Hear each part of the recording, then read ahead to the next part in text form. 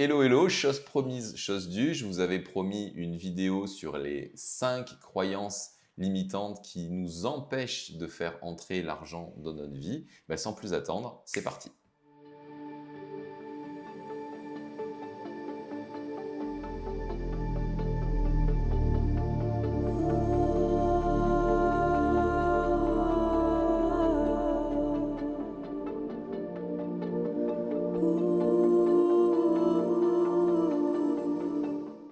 Croyance numéro 1, les riches sont tous malhonnêtes.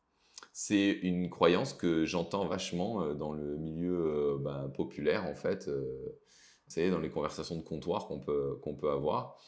Mais alors, je vais juste déprogrammer en direct live cette croyance limitante chez vous. Je me suis fait voler plusieurs fois dans ma vie. Et en fait, c'était des gens qui avaient de très très très faibles revenus. En fait, je me suis jamais fait voler par quelqu'un qui était riche. Je vous invite à regarder, vous, tout simplement, si vous aviez cette croyance, si ça vous est déjà arrivé d'être volé, par exemple, qu'on vous a arraché votre sac à main, ou qu'on vous a trahi, qu'on vous a menti, etc. Est-ce que c'était des personnes qui étaient à l'aise financièrement, vraiment très à l'aise financièrement, ou c'était des gens plutôt de la classe pauvre ou classe moyenne? Deuxième croyance limitante, devenir riche va changer qui je suis. Alors là aussi, j'ai envie de vous dire que si vous êtes un con pauvre, une fois riche, vous serez un con riche. Voilà. Et si vous êtes quelqu'un de super sympa, super gentil, tourné vers l'autre pauvre, vous deviendriez quelqu'un de super sympa, tourné vers l'autre riche. Croyance limitante numéro 3, je ne suis pas fait pour être riche. Alors voilà, il y a ce mythe aussi qu'on serait né comme ça avec un logiciel intégré dans nos cellules spécial richesse. Voilà. Alors la richesse ou la capacité à attirer l'argent et savoir se vendre et être à l'aise avec ses sujets sont une capacité. D'accord?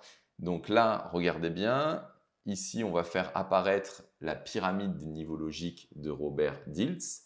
Et donc vous voyez bien que à un certain niveau, il y a l'identité, et bien plus bas dans la pyramide, il y a les capacités. Donc, acquérir de nouvelles capacités, de nouvelles compétences ne change pas votre identité. Ce n'est pas parce que vous apprenez à jouer au tennis que vous allez devenir une autre personne. Ce n'est pas parce que vous apprenez la compétence de attirer l'argent et gérer l'argent, c'est un programme. Si vous n'êtes pas convaincu sur ces sujets, je vous invite à regarder ma vidéo sur augmenter les potentiels de l'humain et comment activer l'ADN dans son corps. Tout est possible aujourd'hui. Donc c'est une capacité, une compétence qu'on peut développer dans le corps humain. Longtemps, j'avais la croyance que j'étais maudit par rapport à l'argent. D'accord? C'était lié à mon manque de confiance en moi, mon manque d'estime de moi et surtout la faible valeur que je me portais.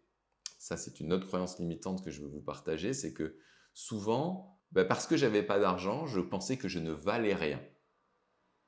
En fait, quand vous pensez que vous ne valez rien, même si vous avez plus d'argent, vous continuez à croire que vous ne valez rien. D'accord?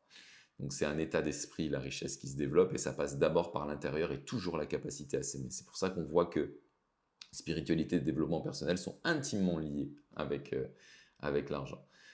Donc, il n'y a pas de personnes qui sont douées. Enfin, si, il y a des gens qui naissent dans des familles avec un système de croyance et un système de pensée non limitant par rapport à l'argent. Donc, ça va augmenter leurs chances considérablement de réussir dans ce domaine. Et il y a d'autres personnes, probablement comme vous, comme moi, qui sont nés dans des familles où l'argent c'était tabou, où c'était conflictuel, où on jalousait ceux qui avaient de l'argent, ou alors on ne pensait qu'à économiser, sans jamais investir, sans jamais se faire plaisir. Donc il y avait un rapport de pénibilité en fait avec l'argent. Donc quand on est dans cet écosystème-là, c'est beaucoup plus difficile. Mais ça ne veut pas dire que c'est définitif.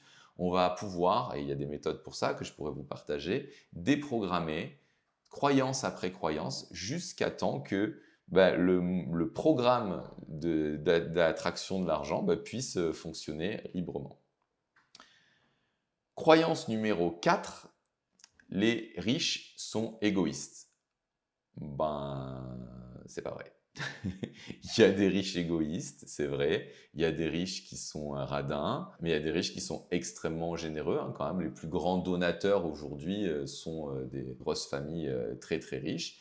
Et puis, il y a des gens qui sont de classe moyenne ou de classe plus pauvre, qui sont extrêmement radins, en fait, ou qui vont dépenser de l'argent que pour eux, mais jamais rien donner aux autres. Et puis, il y a des gens qui sont dans la pauvreté et qui vont être généreux. Donc la générosité n'a rien à voir avec votre niveau de richesse et donc vous ne pouvez pas devenir égoïste ou une mauvaise personne parce que vous allez augmenter l'argent qui est sur votre compte en banque. Ça ne va pas changer qui vous êtes en fait.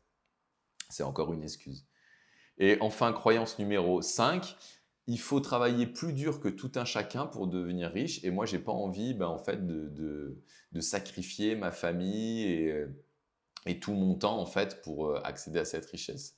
Alors, celle-ci, elle n'est pas complètement fausse. C'est-à-dire que c'est vrai qu'il va falloir travailler dur, mais c'est plus un travail intérieur qui va être difficile. Parce qu'il n'est pas nécessaire de travailler 50 heures par semaine pour attirer l'argent. Et ça, il y a énormément d'erreurs qui sont commises chez les gens et je vais vous partager une vidéo justement. Qu'est-ce qui fait la distinction entre les pauvres et les riches? Et donc là, je vous affiche une vidéo aussi. Vous pourrez regarder les 5 différences entre les gens riches et les gens pauvres.